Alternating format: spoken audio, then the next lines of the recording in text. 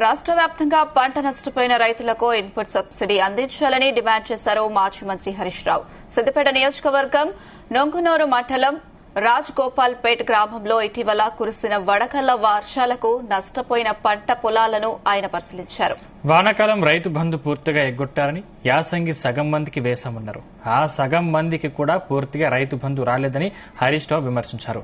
తక్షణమే వడగండ్ల వానకు పంట నష్టపోయిన కౌలు రైతులకు కూడా ఇన్పుట్ సబ్సిడీ ఇవ్వాలని డిమాండ్ చేశారు హరీష్ రావు. ఇవాళ 9,000 కోట్ల రూపాయల రైతు బంధు ఇవ్వాలంటే ఇప్పటి వరకు ఇచ్చింది కేవలం 4,000 కోట్లు మాత్రమే. అంటే ఇంకా 5,000 కోట్లు యాసంగి పంటలో రైతు బంధు వేయలేదు. వానకాలం అయితే మొత్తానికి ఎగబెట్టినరు. అంటే వానకాలం 9,000, యాసంగి 5,000 అంటే 14,000 కోట్ల రూపాయలు రైతులకు రావాల్సిన డబ్బు మీరు ఇవ్వలేరు. ఇంకేదో రుణమాఫీ చేసిన అంటారు. ఈ 14,000 కోట్లు తీసుకుపోయి గా రుణమాఫీ లేసి రుణమాఫీ చేసినామంటారు. అది కూడా సగం మందికి కూడా కాలేదు. ఏ ఊరికి పోయినా సగానికి సగం మంది రైతులు రుణమాఫీ కాకుండా మిగిలిపోయినారు. మీరు ఏం చేసిండ్రు? ఈ చేయితో ఎగ్గొట్టిండ్రు, ఆ చేయితో ఇచ్చినట్టు చేసిండ్రు.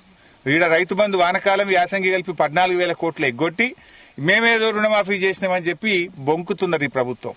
నిజంగా కేసీఆర్ గారు ఉన్నప్పుడు కరోనా లాంటి క్లిష్టమైనటువంటి సమయంలో, ఆర్థికంగా డబ్బులు లేని సమయంలో కూడా సకాలంలో రైతులందరికీ రైతు బంధు అందించడం జరిగింది. కానీ ఈ ప్రభుత్వం మాటలు ఎక్కువ, చేతలు తక్కువ. ఆ రోజు మేము 15,000 రైతు బంధు ఇస్తామని చెప్పి ఉన్న రైతు బంధును కూడా ఇవ్వకుండా రైతులకు అన్యాయం చేసినారు. పంటల బీమా ఇస్తామన్నారు. ఆ పంటల బీమా ఇప్పటిదాకా చేసింది లేదు.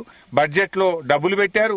ఒక్క రైతుకు కూడా ఈ రోజు పంటల బీమా ఈ రాష్ట్రంలో వర్తించని పరిస్థితి ఏర్పడ్డది.